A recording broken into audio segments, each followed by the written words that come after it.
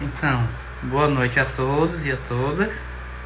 Estamos dando início à nossa live, mais uma live extra do Cinema em Movimento, Circuito Universitário, um projeto realizado pela MPC Filmes, patrocinado pela Petrobras, o Ministério da Cultura e o Governo Federal. Hoje a gente vai falar sobre o filme Olha para Elas, que se trata do encarceramento feminino lá em um contexto de Santa Catarina, né?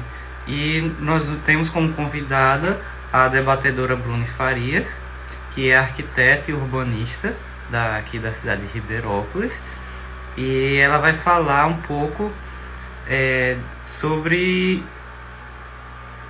o, a prisão como na visão arquitetônica que ela tem, a partir do que ela entende da arquitetura e do urbanismo. Ela vai trazer a perspectiva dela ao assistir o filme pra gente. Então vou mandar o convite agora, Bruno, e aí você aceita.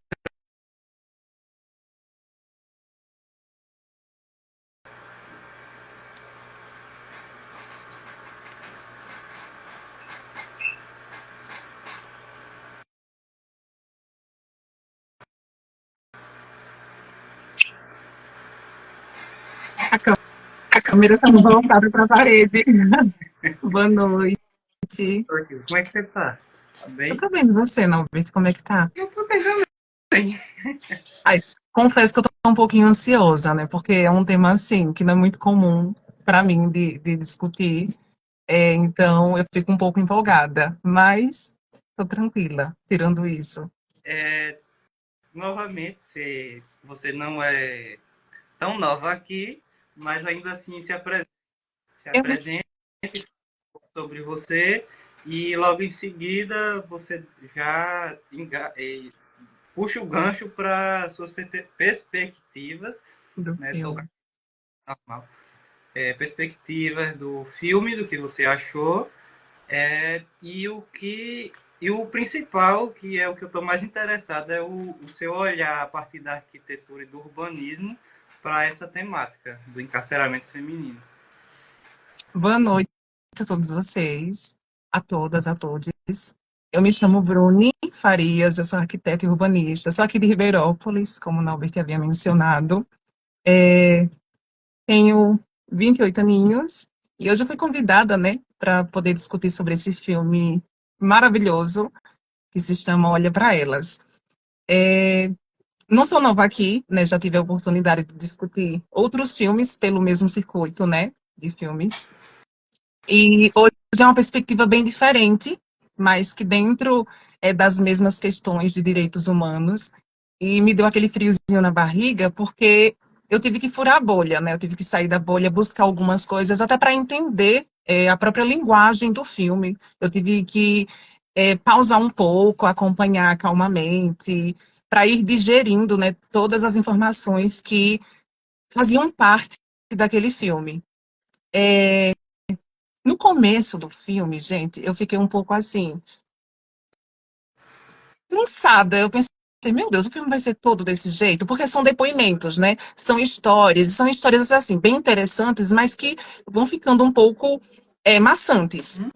Só que depois, de duas, três, de quatro depoimentos, que o filme praticamente consiste, né, em colocar alguns depoimentos para que sejam feitas algumas análises, eu pude ir comparando a situação entre as detentas e começou a ficar mais interessante, porque a gente consegue perceber também os motivos que as colocam naquela situação, sabe?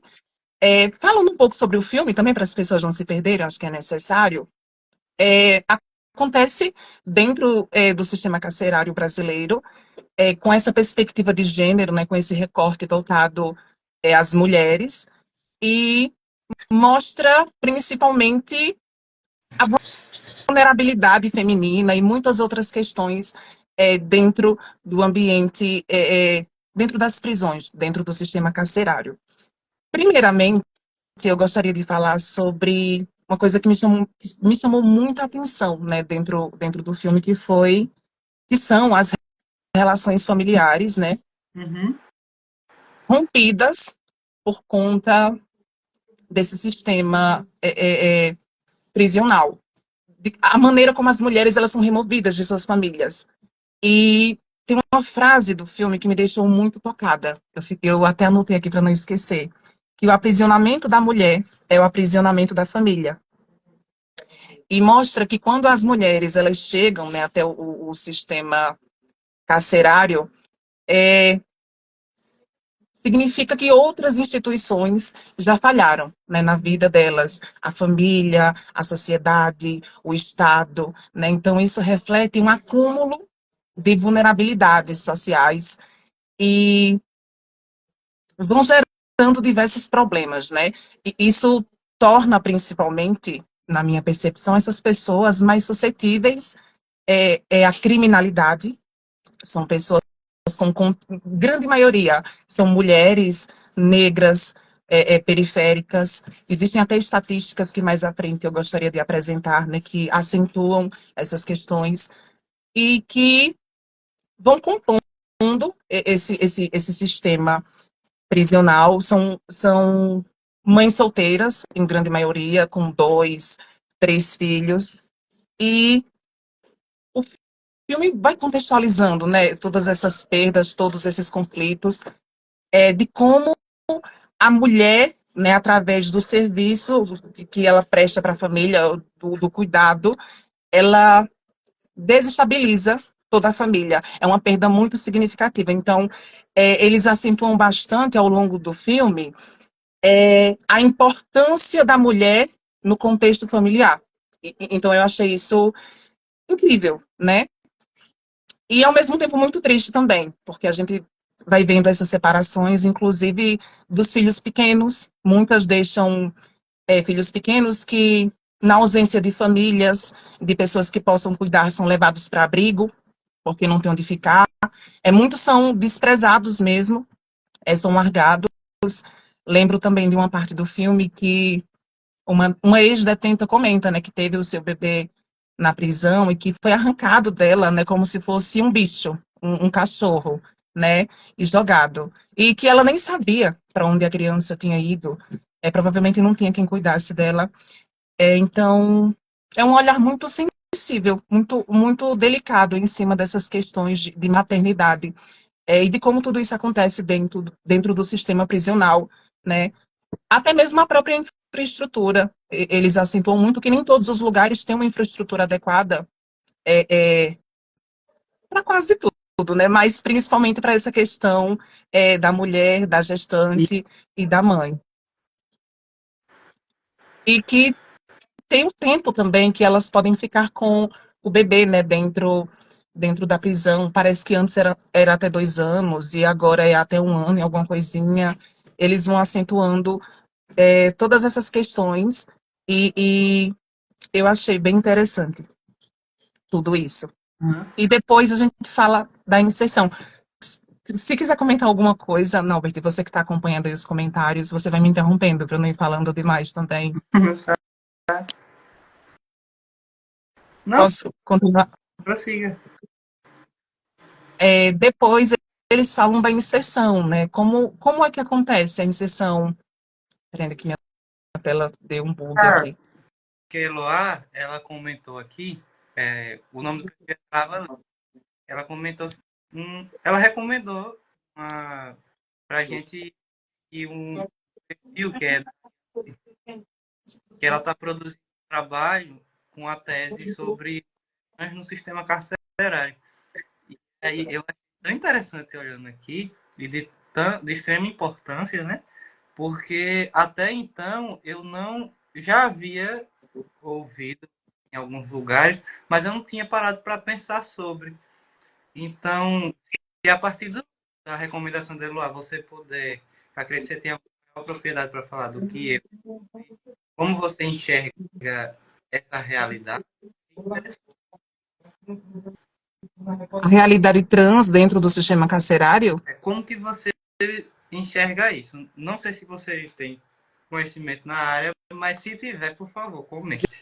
E Deixa, Eloá, deixa eu olhar, deixa eu olhar aqui a pergunta dela, porque quando você falou, cortou um pouquinho. Aí aqui na minha tela tá um monte de texto, assim, um em cima do outro.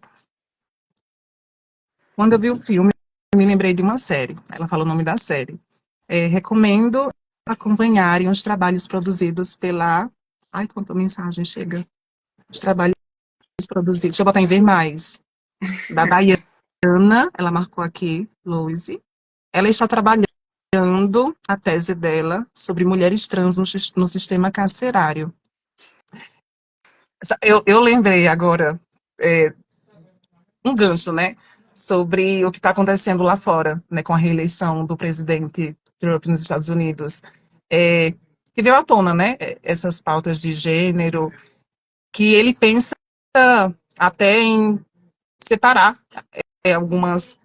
separar não, juntar, né, algumas questões que já foram separadas e colocar pessoas trans em lugares que não deveriam dentro do sistema carcerário. E fala sobre a vulnerabilidade dessas pessoas dentro do sistema carcerário, né? Principalmente os perigos que são provenientes do que ele pretende fazer lá fora, juntando pessoas assim, é, é, mulheres trans, eu vou usar isso como exemplo, que são vulneráveis junto de homens cis, né? Por conta de questões sexuais, de abuso, estupro, de violência também, né? Porque a gente tem que falar de uma sociedade que reproduz transfobia, e isso me preocupa muito. uhum. Eu não tenho um conhecimento aplicado sobre a questão do sistema carcerário para as mulheres trans, né, para as pessoas trans de maneira geral aqui no país, mas eu acho que é muito importante, né? Eu acredito que seja muito importante essa separação, todo o cuidado, o fornecimento também, inclusive dos hormônios, né, que são necessários para essas pessoas. É uma pauta bem interessante, né, o acesso à saúde, todo o tratamento que for necessário. Então, eu acredito que, por isso, precisamos olhar com muita atenção, né, para as políticas públicas, principalmente voltadas a essas questões de presídio, né, de encarceramento, dessas camadas que são mais vulneráveis da sociedade, incluindo as pessoas trans. Uhum. Eu penso muito na questão de, pegando esse tema, né? Na questão de que se uma mulher trans ela é presa, ela para onde é que ela vai? Ela vai para um eu imagino provavelmente vão jogar ela num presídio masculino. A gente não tem nem acesso ao banheiro, né? Assim, direito. Imagine um lugar específico e apropriado num sistema carcerário que já é esquecido, né? De maneira geral. Imagine para pautas de gênero, que são, sim, questões importantes. Então, a gente está falando de uma deficiência sistemática de separar de maneira correta dentro do sistema carcerário e em determinados outros lugares, mas esse é o foco. É, esses grupos de uma maneira correta, visando principalmente, eu acredito que esse seja o ponto, a segurança, né, e a saúde, e facilitando o acesso do que for necessário para esses grupos que são vulneráveis e que correm determinados riscos ali dentro. Eu te interrompi, desculpa, viu? Não interrompeu, não. É, mais algo a acrescentar nesse assunto? Acho que era isso mesmo. Pronto. Agora o que eu quero mais ouvir, né? Como é que você, a partir do que você viu no filme e do que você tem de conhecimento da área arquitetônica e urbanista, o que é que você viu ali no que foi mostrado que mais, você acha que mais impactou, o que mais chamou a atenção? E Eu, como poderia ser feito para melhorar aquela situação? eu descobri um tema hoje que eu não sabia que existia, né? Eu imaginei que houvessem pessoas responsáveis pelo planejamento arquitetônico dos presídios, né? Até porque é um sistema de contenção, é um sistema de segurança, de separação, que todo um planejamento é necessário, não é algo feito de qualquer maneira, né? Nenhuma arquitetura é feita de qualquer maneira, tudo segue uma funcionalidade, né? Um programa de necessidades. Mas eu descobri que existe um termo específico para isso, que eles chamam de arquitetura prisional, que é pensada né, para punir, principalmente, e disciplinar essas pessoas, né, separar, garantir, né, como dizem, a segurança de quem trabalha ali, evitar conflitos. Então, é uma arquitetura que tem um olhar muito cuidadoso, né, para todas as atividades que acontecem ali dentro. Entretanto, né, isso não diminui a hostilidade através do pensamento arquitetônico para esses lugares, né? Porque, assim, entendemos essas necessidades que eu falei, mas quando pensamos nos princípios básicos de arquitetura, né? Porque a arquitetura faz parte de tudo, né? A arquitetura está em todos os lugares. E a base, né, da arquitetura é o bem-estar, é o cuidado, é a segurança, é o conforto.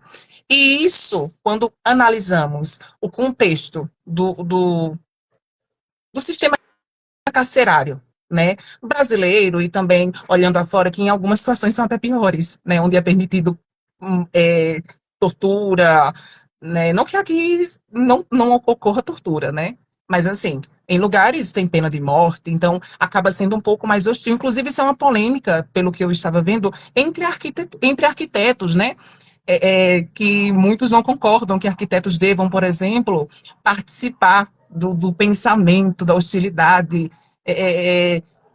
projetar lugares para a morte, para a tortura humana. E aqui no Brasil, né, e pelo que eu vi ao longo do depoimento, pelas estruturas, o foco não é esse, no filme, né? Então, eu tive olhos bem sensíveis para ir pegando alguns detalhes. Eu percebi que são espaços grandes, certo? E que destoam principalmente de todos esses princípios arquitetônicos que eu falei. A arquitetura prisional, ela parece ir de encontro. São espaços grandes, mas que grande parte desse espaço é voltado a ambientes que não têm uma longa permanência. Pátios, quadras, corredores, e os espaços, que são espaços de convivência, né? Assim, de maneira mais ampla. Os espaços que de longa permanência, ou seja, que eles passam muito tempo, como os quartos, os dormitórios, as celas, né, como chamam, são muito pequenininhos, e são muitas pessoas amontoadas ali dentro, e é muito desconfortável de assistir, sabe? E eu ficava pensando em questões básicas de dignidade, né? Porque a gente faz projeto de arquitetura e que trabalha com interiores também, com ambientação, é uma preocupação nossa pensar como as coisas vão caber dentro de um espaço e como vão funcionar, né? E era muito pouco espaço para tanta coisa, sabe? E depois eu vou falar também da qualidade dessas coisas, né? Das materialidades. Mas, por enquanto, olhando assim, questão de funcionalidade, eu fiquei muito abismada. Celas pequenas para talvez o dobro de pessoas, né? Existem estatísticas, inclusive, que mostram que no Brasil, celas pensadas para 4 pessoas, tem 8, tem 13, né? Então, existe uma superlotação do sistema carcerário, né? Que dizem também ser o encarceramento da pobreza. Voltada à temática do filme, a gente entende também que é o encarceramento que houve, né, nos últimos tempos, um encarceramento muito grande de mulheres, né? Muito, muito grande mesmo. Não sei se eu queria ter comentado sobre isso de uma maneira mais cuidadosa, né? De como as mulheres são inseridas nos presídios. Depois eu falo para não ir misturando os temas. Não vai acabar por aqui, por a minha análise arquitetônica. E são espaços hostis, são espaços com pouca abertura, muito fechados. O básico, o mínimo de abertura é uma janelinha, né? Até as portas, assim, são bem fechadas, o que fica, em grande maioria, é uma passagem pequena para alimento, que ainda assim é fechada posteriormente, né? Existem, devem existir os motivos, né, para que seja feito assim, mas eu acho muito hostil, sabe? Realmente tratam essas pessoas como bichos, como animais selvagens e que precisam, a qualquer custo, estarem desligadas e com o máximo de segurança possível ali dentro, sabe? Para evitar Posso, fugas. Então, quando você fala do superlotamento, isso acontece por conta que o sistema que a gente vive, ele investe pouco, o sistema que a gente vive aqui no Brasil, ele investe pouco em educação, e o que era para ser investido nos presídios, a gente sabe que tem um desvio ali. O próprio documentário, olha para elas, mostra isso para a gente, escancarado.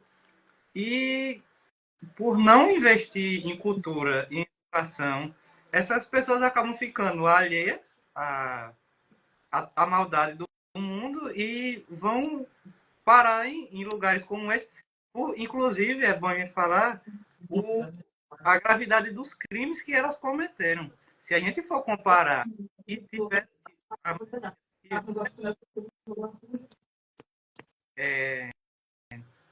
tiveram um motivo, né? Um motivo não um motivo ruim.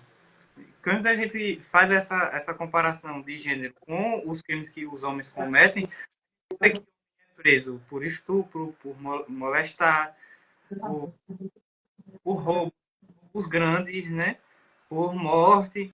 E quando a gente vai olhar para a questão do crime com a mulher, roubou alimento para a família, estava envolvido no tráfico, com Isso. drogas, por conta do parceiro ou de algum homem da família. Prisão acobertal, que foi inserida à força por algum tipo de violência, que não teve como sair dali. Ou o caso de uma das detentas, mais me tocou que ela foi presa, ela é negra, foi presa, acusada de matar o próprio filho, né? Sem Acusada de matar nenhuma base forte, assim, para condená-la, né? Mesmo provando que ela não participou diretamente. Isso me tocou também. não foi ela, e o marido não teve culpa nenhuma nisso. Não teve culpa nenhuma, o parceiro dela. Se fosse o contrário, se ela fosse tivesse saído para trabalhar, né, e deixado o filho, ainda assim ela seria culpada, porque largou o filho, como é dever da mãe, né, da mãe, o filho da casa, deveria estar em casa. Mas não. E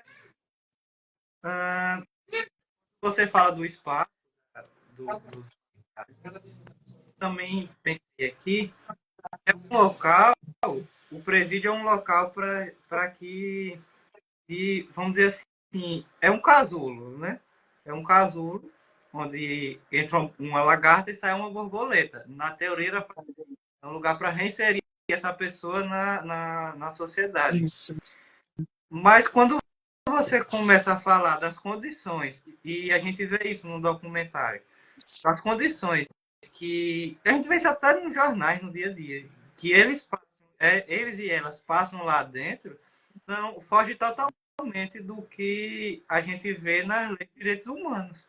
Então, como é que vai reinserir uma pessoa na sociedade que sofreu muito mais por estar lá dentro do que Se tornam verdadeiros infernos, né? Porque não é só uma falta de investimento em infraestrutura, né? Que acaba sendo uma necessidade básica, algo primordial, né, para que essa reabilitação de alguma maneira funcione. Porque, como você mesmo comentou, como funciona um processo de reabilitação em um espaço tão cruel, tão hostil, que ao invés de educar, de acolher e de gerar bons frutos, né? Muitos também ficam no ócio, sem qualquer atividade que fortaleça essa intenção de reabilitação. Então, como isso acontece? Né? Os presídios, a partir disso, se tornam verdadeiros infernos. E aí entram diversas outras questões também que me chamaram a atenção, sobre que eu quero falar sobre isso também, posteriormente, né? Questão de saúde, questão de acesso a itens básicos para higiene pessoal, com um investimento super pequeno, né? Porque depois que assisti o filme, eu busquei alguns conteúdos à parte para entender, né? Existem pesquisas que mostram que em 2014 foi feito um censo, né, para levantar quantitativos em relação ao quanto se investe em presídios, no sistema carcerário para determinadas coisas, e mensuraram, né, conseguiram entender que para a saúde em alguns lugares, para saúde não, perdão, para higiene em alguns lugares, era consumido menos de um sabonete por ano, ou equivalente a isso, sabe? R$ 6 por detento. Então, assim, são dados que nos frustram, porque se o básico, né, que é garantir um banho, um lugar aconchegante para a pessoa poder dormir, para a pessoa poder descansar, não há um comprometimento por parte de quem gerencia esses espaços. Imagine alimentação, imagine lazer, imagine a preocupação que há, né, ou melhor, que não há, em reabilitar essas pessoas. E as estatísticas mostram também que 70% dessas pessoas que passam pelos presídios, elas voltam para o crime. Na primeira oportunidade. Né? Então, nos fazem perceber, né, essas estatísticas, a falha, né, do sistema carcerário. E cada vez mais, né, isso está crescendo, né? É crescente. E isso mostra o encarceramento da pobreza, isso mostra a falta de preocupação do Estado, as deficiências do Estado em intervir, né, diretamente nessas questões. Eu falo não somente em relação ao sistema prisional, né, ao que está acontecendo lá dentro, no sentido de reabilitar essas pessoas. Eu falo de garantir, né, o básico para as pessoas. Como eu tinha comentado lá no comecinho, quando as mulheres elas chegam até o crime é porque as outras instituições já falharam, né? Então a ideia é que o sistema possa agir, intervir a partir de políticas públicas que gerenciem o básico, no mínimo o básico necessário, né? Educação, comida, trabalho, para tirar essas pessoas dessa margem de vulnerabilidade, né? Para que não as tornem suscetíveis ao crime, porque como você comentou também, que é muito importante falar sobre isso, os crimes das mulheres são pífios em relação ao que os homens cometem para estar dentro do presídio. Que são coisas voltadas, inclusive, à intenção do cuidado com a família, é a preocupação com a fome do filho, né? Inclusive, no filme tem uma parte que me deixa muito tocada, que as filhas, né, que vão visitar a mãe que está encarcerada, comentam, minha mãe foi presa porque estava roubando uma coisa insignificante, não estou dizendo que é correto, né, não vamos entrar nesse detalhe, mas é só para a gente conseguir pesar, né, fazer um exercício de empatia. O que você faria em uma situação de vulnerabilidade como essa, se colocando no lugar dessa mãe, para não ver a sua família passar fome?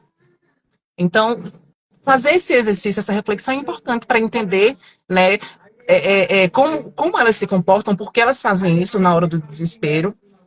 E o principal, né? Enxergar, né, como o sistema se comporta, como ele negligencia essas pessoas e todos os problemas de desigualdade sociais que levam essas pessoas a cometerem esses crimes. Esses, não sei se eu posso falar que são pequenos delitos, mas que acabam sendo, né, em relação, se criarmos uma escala de comparação com outras coisas que são feitas, né? Você me fez pensar agora que se eu for falar, se a gente for falar isso para fazer esse questionamento com uma pessoa que mora num. Deixa eu ver. Se chegar na minha família, vou botar minha família, tá mais fácil. Que mora no campo, né? Mora na zona rural. Ou que mora num contexto. Pronto, Ribeirópolis. Nas sessões aqui em Ribeirópolis, na cidade menor, muitas da Pemoeja, eles se perguntaram elas lá, ia dizer que, sobre a questão que faria no lugar dessas outras, né? Ia dizer que não iriam roubar. Mas por quê? Isso depende da realidade de cada um. Aqui tem a terra, né? Quem tem terra não passa fome. Quem tem terra não passa fome. Pode não ter uma qualidade digna, mas não passa. E aí, quando você vai para a cidade, e a gente já puxa a questão vezes, da cidade fechada, isso torna perigosa, uma cidade, as pessoas ficam presas em gaiolas verticais, que são os prédios, e uma cidade que isola o ser humano de um convívio social por conta da violência, essa questão de segurança, e, e que também oferta um um trabalho bom, um trabalho que vai garantir o seu sustento, a sua saúde, o seu lazer, né? Trabalho muitas vezes humilhantes, e aí fica sem esse emprego, quando vai para a gente passa para o contexto de uma mulher negra. Tem a questão de ser mulher, é mulher, mal vai arrumar um emprego, porque para a sociedade as mães são diferentes, as mães fazem diferente, né? E aí acaba que a gente tem que se colocar no lugar do outro para começar a entender a realidade dele. Nossa pensa a partir de onde nós pés pisam. É isso. Não, Berti, se você me permite, eu queria poder voltar para falar sobre algumas questões arquitetônicas. Com certeza. E dizer que, principalmente questões de saúde, né? Eu comentei que são ambientes pequenos, que são ambientes esquecidos, e existe essa negligência do Estado, né, de quem gerencia esses espaços, essa falta de investimento. Então, quando olhamos questões básicas de infraestrutura, nós podemos perceber o esquecimento desses espaços só olhando de maneira bem leve, assim, sabe, bem rápida, a qualidade dos materiais que compõem esses espaços, né? Então, a gente olha para as esquadrias, né, para as janelas, para as grades, para as portas, é tudo mal pintado, é tudo enferrujado, tudo se deteriorando, né? O forro, a gente percebe infiltração, né? As paredes, tudo corroídas, a tinta bem bem desgastada, bem desbotada, principalmente nas faces de fora do presídio, quando mostram, né, esse contato de quem está fora com quem está tentando se comunicar com as pessoas que estão lá dentro, né, as visitas. Então a gente vai percebendo, inclusive pela tipologia do material, dá até para perceber que são materiais bem antigos, né? Talvez mais de 10 anos, 15 anos, 20 anos, que é aqueles que não foi submetido a uma reforma. E quando a gente fala de fazer reforma, a gente fala de fazer uma manutenção, ao menos, né, daquele espaço, para garantir que aquelas pessoas tenham, o mínimo, uma infraestrutura adequada para sobreviverem. E, como eu disse a você, o foco do depoimento do filme não foi uma análise arquitetônica, mas olhando de maneira bem rápida, só os recortes que eles mostram da arquitetura, né, que é onde tudo acontece, a gente percebe todas essas deficiências do espaço. Percebi também essa hostilidade, criando um link com questões de bem-estar, de conforto, olhando, por exemplo, para as fachadas que recebem muito sol. Eu fiquei me perguntando, não sei se você lembra, tem uma parte do filme que eles estão tentando falar com a mulher e está fazendo muito sol. E a criança que está no braço do senhor, é o primeiro depoimento, inclusive. Ela não consegue olhar para a mãe porque está fazendo muito sol. E o pai coloca a mão nos olhos dela. Lembra? E uma insolação muito forte, né? E eu fiquei pensando, assim, em como a insolação incide naquela fachada do, do prédio, na abertura, né, na janela, a única janela que tem, né, que provavelmente fica aberta por uma questão de necessidade, né, tanto de conexão como também de necessidade para poder respirar, para poder ao menos sentir o ventinho ali entrando, permeando aos pouquinhos. É porque não existe, né, uma circulação de ar ali dentro, porque o ar para circular ele precisa ter por onde sair. A porta está fechada, a única abertura que tem é aquela. Então se torna praticamente um iglu, né? O ar não circula. Portanto, um ambiente doentio também, né? Falando de conforto térmico, toda essa incidência vai aquecer o espaço. Eu não tenho certeza, né? Precisaria fazer uma análise mais cuidadosa, mas eu imagino que os materiais ali de superfície, os materiais de vedação, os bloquinhos que usaram para construir ali as paredes, provavelmente não sejam materiais pensados para diminuir essa incidência solar, né, o aquecimento ali, a transmitância, a gente chama assim, do calor que incide na parte externa e vai para a parte interna, né? Então a gente está falando da capacidade do material de retardar esse processo, de não armazenar tanto calor, de garantir conforto térmico para as pessoas que estão ali dentro. Mas, Bruni, por que isso é tão importante? Porque a gente está falando de qualidade de vida, de conforto térmico, né? E de um ambiente que não é climatizado.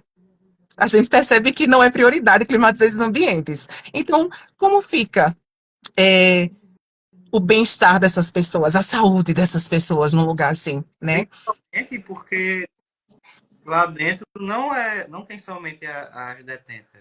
Né? A gente viu que alguns dos filhos delas ficam lá por um tempo. E essas crianças. Isso, as crianças também, exatamente. Tudo muito precário, né? Até os móveizinhos, assim, um em cima do outro. Eu olhando, assim, as camas, né? Tudo feito de concreto armado. Grande maioria das coisas. Com uma única parte estofada, né? Um colchãozinho, alguma coisa para sobrepor, para diminuir a rigidez, para poder deitar, para poder permanecer com o mínimo, nem sei se o mínimo, com algum conforto, né? Se é que existe conforto ali. Então, isso me deixou muito, muito triste. E, inclusive, né, eu pesquisando, eu reparei que existem normas específicas, pensadas para garantir um mínimo de conforto e bem-estar possível dentro do sistema carcerário. Mas a gente percebe também que essas normas não são cumpridas, que essas diretrizes arquitetônicas elas não são cumpridas. Então, são ambientes pensados para torturar essas pessoas. São verdadeiros infernos. E outra coisa que me deixou muito curiosa também, eu procurando conteúdo além do filme, eu fiquei pensando assim, né? Vendo questão de saúde, questão de higiene. Imagina numa pandemia. E nós passamos recentemente, né, por uma pandemia. Não tem tanto tempo assim. Quer dizer, até tem, né? Mas as feridas ficam. Imagina a pandemia do Covid-19. E eu fui ver que nesse tempo, eu acessei, eu reparei, que existiam tantas pessoas encarceradas e a preocupação, né? Na verdade, assim, aqui no Brasil houve uma grande negligência naquele tempo por parte do governo, né, em relação aos cuidados necessários, a campanhas de vacinação e outras coisas mais, né? Então, isso já torna preocupante. E junta isso à superlotação do sistema carcerário. Eu fiquei pensando como essas pessoas estavam lá dentro. Assim, naquele período, eu reparei que houve, por parte. Criaram legislações, né? Não vou lembrar de como, ou quem, mas criaram legislações para garantir que aquelas pessoas que são presas provisoriamente, né, que ficam lá muito tempo, 135 dias aproximadamente, para aguardar um julgamento, e que na maioria das vezes nem são punidas, né? Elas só ficam ali porque são pobres e não têm dinheiro para pagar advogado. E falta defensoria pública, falta defensores para auxiliar nesses casos, né? Desproporcional. É muita gente encarcerada e pouco apoio público. Então, essas pessoas, elas começaram a sair, né? Eles foram esvaziando, foram agilizando, liberando, para ir diminuindo os números, né? E eu vi que criaram provisoriamente um monte de diretrizes para garantir conforto térmico, para garantir que os ambientes fossem arejados, para garantir que as pessoas elas pudessem estar o mais separadas possíveis. E eu fiquei pensando, observação, isso foi só durante a pandemia. Depois tudo voltou ao normal. Mas isso não devia ser uma preocupação para além da pandemia? Não devia ser a proposta de um espaço de reabilitação? Deveria. Então, eu fiquei chocada porque isso demonstra que esse mínimo de cuidado foi dado a essas pessoas naquele tempo, talvez por preocupação, não delas, mas de quem trabalhava e precisava acessá-las. sabe? Ou das pessoas, né, da sociedade como um todo. Acredito que naquele tempo, como a mídia também acentuou muito, né, os problemas provenientes do corona, do Covid, é, era um assunto que estava em alta. Então, eu acredito que foi uma preocupação proveniente disso, sabe? Para não desgraçar ainda mais o contexto do sistema carcerário brasileiro. E o, os meus profundos sentimentos, né? Porque você perguntou o que poderia ser feito lá no começo para que essa situação é, melhorasse, né? Então, ao menos o mínimo possível, né? Espaços que fossem funcionais, que cumprissem com as suas necessidades de separar, de controlar, de garantir a segurança de quem trabalha e de uns dos outros. Eu sei que existem pessoas que são mais difíceis de lidar, né? Então, que essas pessoas pudessem ser separadas ali dentro, mas que esses ambientes não fossem celas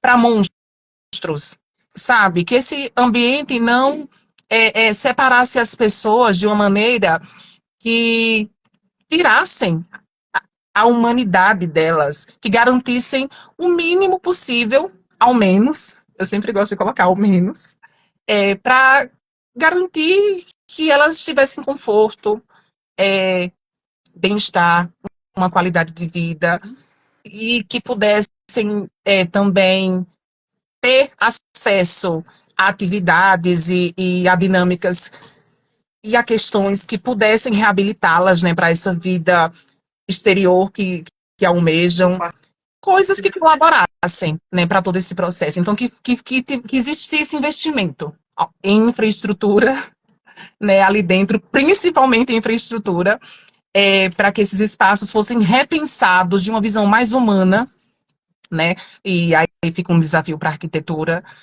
uma arquitetura que fosse mais cuidadosa e que não tirasse a humanidade dessas pessoas.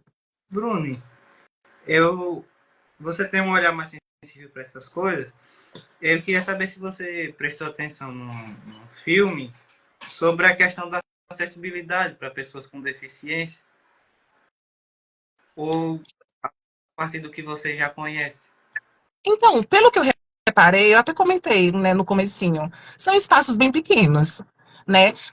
Existem dimensões na arquitetura que nós usamos como referência, né? Existem normas também, para garantir que exista, que se tenha o mínimo possível necessário para que as coisas funcionem, seja um espaço de circulação, seja um espaço de permanência, né? Tudo isso também segue questões ergonômicas, né? O que significa isso, questões ergonômicas?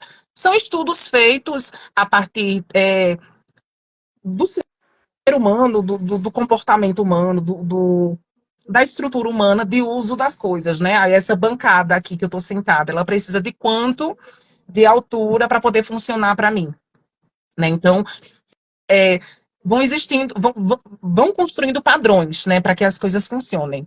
São normas, né? Um espaço de circulação para um giro de uma cadeira de rodas. Qual o diâmetro? 1,50 m. Uma porta para passagem de uma cadeira, no mínimo, vamos colocar 90 centímetros, né? Enfim, eles vão direcionando tudo isso. E a gente percebe que não é uma preocupação ao longo do que se mostra.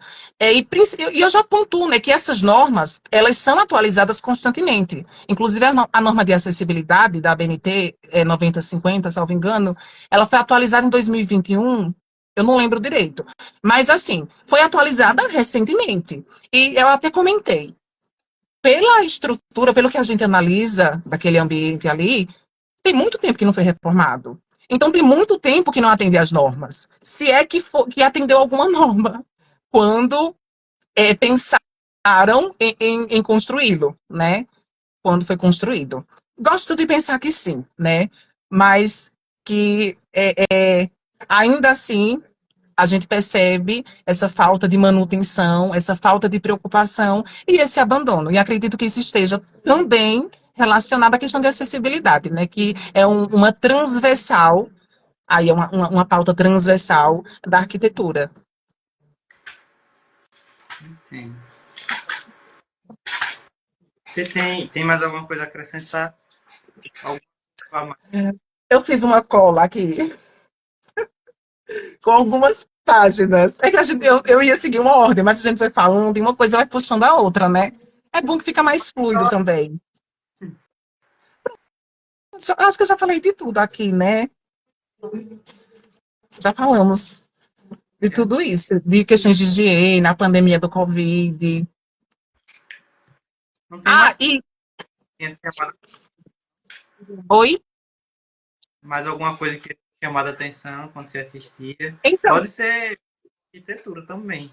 Fique à vontade. eu estava vendo aqui, né, a questão da higiene, que para as mulheres é ainda pior, né? Porque dependendo do período, principalmente, elas precisam de acesso a itens básicos de higiene pessoal, um absorvente, por exemplo. E eu vi umas manchetes que mostravam que muitas, na falta, né, de absorventes, chegaram a usar até miolo de pão.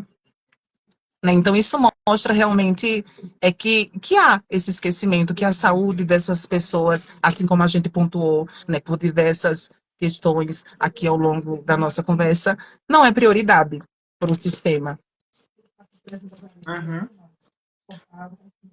A gente falou da inserção também, não foi? Dessas mulheres dentro do sistema carcerário, né, que grande maioria parte de uma figura masculina.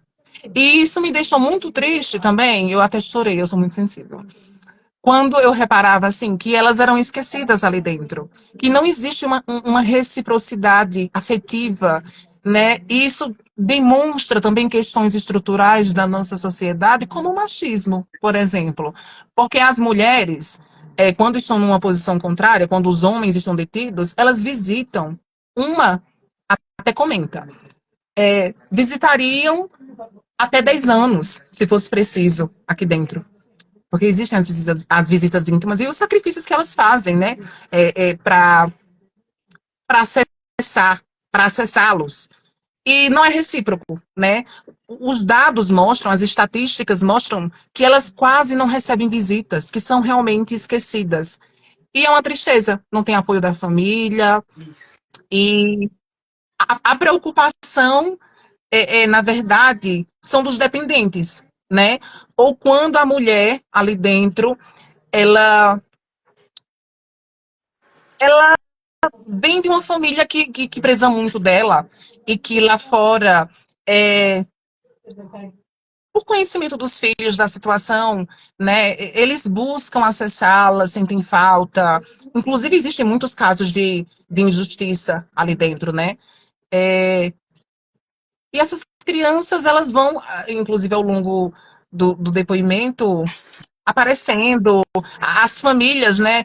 Algumas, que são pouquíssimas, vão buscando os filhos mais novos que sentem falta dos cuidados, principalmente porque, como eu disse lá no começo, quando uma mãe ela é presa, né? Quando ela sai desse ambiente familiar, quando ela deixa, aquilo se desestrutura, né? Então, é como se a família deixasse de existir ou se fragilizasse, se esquece a minha dicção. Ia falar uma palavra que eu nem sabia e travei toda. E é isso. É, os estilhaços, eu acho que é essa a palavra. Alexandre, Fica, Alexandra comentou aqui, né? Que a desumanização proposital acaba que de tanto serem esquecidas e invisíveis deixam de ser humanas. As mulheres, as esposas, filhas, tias, por aí vai. é verdade. Isso Concordo plenamente com ela. aqui, ainda bem que eu não tenho dela, do caso da Rosilane, que ela conta que está na prisão desde os 2 anos. Né? Você vê que pós a liberdade, elas não têm nenhum apoio, nem nenhum amparo, nem de ninguém. Se tiver uma instituição que ampare elas, é uma instituição que não tem fins lucrativos nenhum, obviamente, é taxar. E ela está lá desde os 2 anos. A mãe dela teve na prisão. Ela cresceu na prisão, nasceu e cresceu na prisão. Ficou grávida, foi para a prisão, teve a filha dela na prisão, saiu da prisão, voltou para a prisão com outra filha. Então é um ciclo que não acaba. Não acaba porque dá dinheiro. Porque a prisão dá dinheiro. Assim como a morte dá dinheiro. A pobreza, de uma maneira geral, né, gera lucro, porque é um contraste, né? Para existir pobreza, alguém tem que estar acumulando capital, né? Se não existe interesse em combater a pobreza, é porque o capital não está sendo distribuído, investido onde deveria, e é isso que garante a manutenção, né, do estado atual das coisas. Por isso que as coisas são como são. Uhum. E aí, aqui, comentou novamente, se a gente olhar para elas, elas mesmas também. Enfim. E aqui eu anotei, né, algumas estatísticas. É que o Brasil, ele tem a terceira maior população carcerária do mundo, né? São dados que o filme aponta lá no finalzinho. São 42 mil mulheres encarceradas. Isso quando fizeram o levantamento, agora mais, porque é uma crescente, né? O encarceramento da pobreza, ele tem esse aumento. Não é Maioria... também não é o combate às drogas não acontece. Não acontece por quê? Porque dá dinheiro, tem que manter aquelas pessoas ali, porque isso vai acobertar, vai mascarar o real criminoso, né, que não são, de certa forma, não são eles, e eles lucram. Os que o Estado acaba que lucra com isso, porque ali eles Sim. a margem, eles vão estar ainda circulando do tráfico de drogas e vai na pobreza, na desgraça, acabar ficando dependente, né? E acaba. E eu acho interessante fazer essa reflexão, né? Quem é que planta a maconha, né? Já que existe essa ai, me fugiu a palavra. Já que não é legalizado, né? Já que se tornou um ilicitude o consumo, que é um ilicitude o consumo da maconha, o tráfico, e de outras drogas também, né? Então, de onde vem? Porque não existe uma planta, eu creio, né?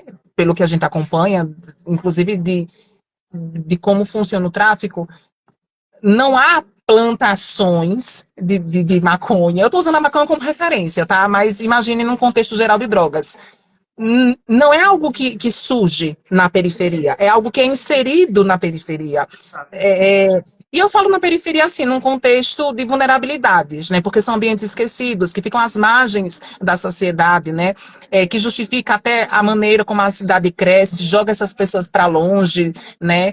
Não investe naqueles lugares, né? Não garante um acesso à cidade, aos serviços básicos, essenciais, para que aquelas pessoas se desenvolvam, então, no mínimo, o acesso a questões básicas, como educação, saúde, conforto, dignidade, enquanto, né, todo esse investimento é feito em outros lugares, né? Então, todo esse contexto de vulnerabilidade aplicado a esses lugares fazem, né, com que essas pessoas elas estejam suscetíveis ao tráfico, por exemplo, e a outros problemas que surgem ali dentro. E, inclusive, né, uma das estudiosas do sistema carcerário que aparece nos depoimentos, ela comenta que um dos problemas Uhum. de punir, de julgar, de acessar esses crimes, é que quem é preso, no final das contas, são as cobaias, são as pessoas que, por uma imposição sistemática, né, a pobreza, eu penso que a pobreza ela não reflete somente a falta de interesse de quem está acima, de não investir naquelas pessoas, mas é algo calculado. A pobreza é calculada para existir dentro do nosso sistema, para que aquelas pessoas estejam sim vulneráveis e gerem lucros e também estejam suscetíveis, né, a quem está lá em cima e gerencie o tráfico. né? Então, essas pessoas vão ter facilidade para usá-las. Então, estamos falando de usar essas pessoas, né? E a educação, por exemplo, ela cumpre um papel muito importante na libertação das pessoas, né? O acesso ao trabalho, o acesso a tudo aquilo que liberta essas pessoas dessa dependência. E se você vai ver, ao longo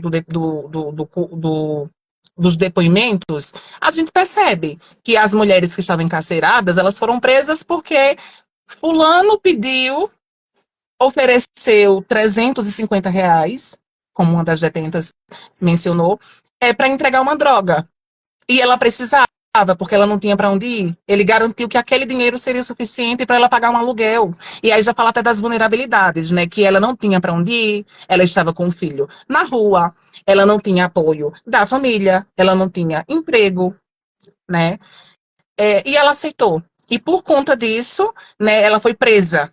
Ou seja, o mesmo sistema que tira, que negligencia essas pessoas, é o mesmo sistema que prende, que não garante que essas pessoas sejam reabilitadas da maneira correta. Exato. E quando essas pessoas vão para a rua, novamente, isso quando conseguem sair, né? Saem piores, porque não foram tratadas como deveriam. Os estudos mostram, né, as pesquisas, que 70% tendem a voltar. E volta porque não tem oportunidade de trabalho. Quem é que vai... eu não vou empregar uma ex-detenta. Inclusive, né, para determinados lugares, a dificuldade de se empregar alguém, né, a gente sabe que não é tão fácil, assim, que não tem sido fácil, né, o desemprego, existe uma taxa de desemprego, é isso que eu estou querendo pontuar. Então, se não está fácil, para quem não é detento, para quem nunca foi detido, imagina para quem sai de lá de dentro, sem nenhum preparo e carimbado, entendeu? De alguma maneira pelo sistema. Então são pessoas esquecidas, são pessoas, de maneira geral,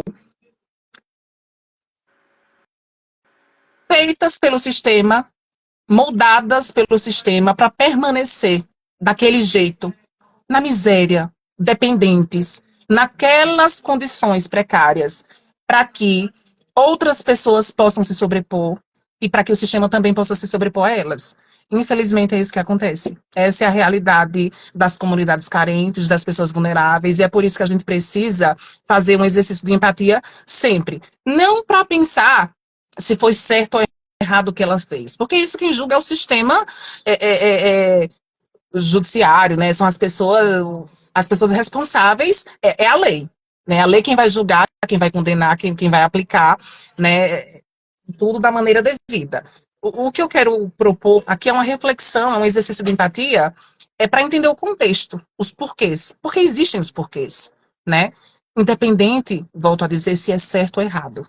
Mas existem os porquês. E a gente precisa ser muito sensível para entender, principalmente, como as políticas públicas, como o gerenciamento da pobreza afeta essas pessoas mais vulneráveis. Uhum. Hablei, agora hablei. Então, Bruno, para a gente encerrar, né? Só para complementar, né, que inclusive essas pessoas permanecem alienadas a esse pensamento que o capitalismo e o neoliberalismo, né, usam da educação, usam de nós professores para poder continuar alienando essas pessoas e nos alienando, né? Por isso a gente tem que desenvolver um pensamento crítico e a geografia faz muito disso, né? Não só a geografia, mas todos os cursos de licenciatura. Eu amo a geografia. Para que a gente combata de lá de dentro, mesmo estando inserido nesse sistema, combater isso para que inclusive a gente vê isso muito na reforma do ensino médio, que ainda bem, estou vendo aí que está sendo mudado isso, mas a gente ocupar as escolas, Norbert, para que essa reforma, o ensino, no tempo era um ensino médio inovador, né? Teve aquela polêmica, era a PEC 241/55 do teto de gás, aquela polêmica toda com o Temer, você lembra? E ainda estão nessa história. para encerrar aqui por conta da bateria do celular, principalmente, e do nosso tempo, que isso aí já me tá falando, mas enfim, usa da gente para permanecer, para continuar alienando. O novo ensino médio vem aí trazendo a pauta de que nós devemos ser empreendedores e vender brigadeiro, né? E a gente vai enricar vendendo brigadeiro. E aí tira as disciplinas como filosofia, história, geografia, diminui a carga horária dessas disciplinas para que a gente não desenvolva um senso crítico, para que a gente não pense e não reflita nos nossos direitos como cidadãos, como humanos. Né? Então, muito obrigado. Tem mais coisa breve a ser. Queria agradecer pelo convite, pela oportunidade. Confesso para você que eu estou assim, até o pescoço, de tanta coisa para resolver. Mas eu sabia que seria uma experiência diferente, né? Mesmo me tirando de uma zona de conforto, para tratar de um tema que eu até então não tinha propriedade, talvez eu não tenha tanta propriedade para discutir. Foi algo novo para mim. Eu não sou estudiosa da área, né? Eu sou só uma pessoa que fala muito.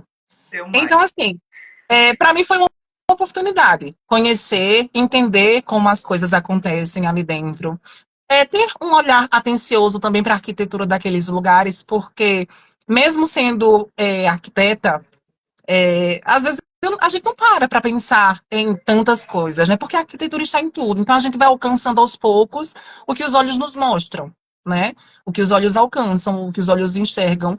E foi uma oportunidade de poder acessar essa realidade e enxergá-la, né? E trazer para vocês, né, a partir das minhas perspectivas, o que eu pude entender daquele lugar. E foi muito bom para mim, de verdade, agradeço pela oportunidade. Não me arrependo de estar aqui.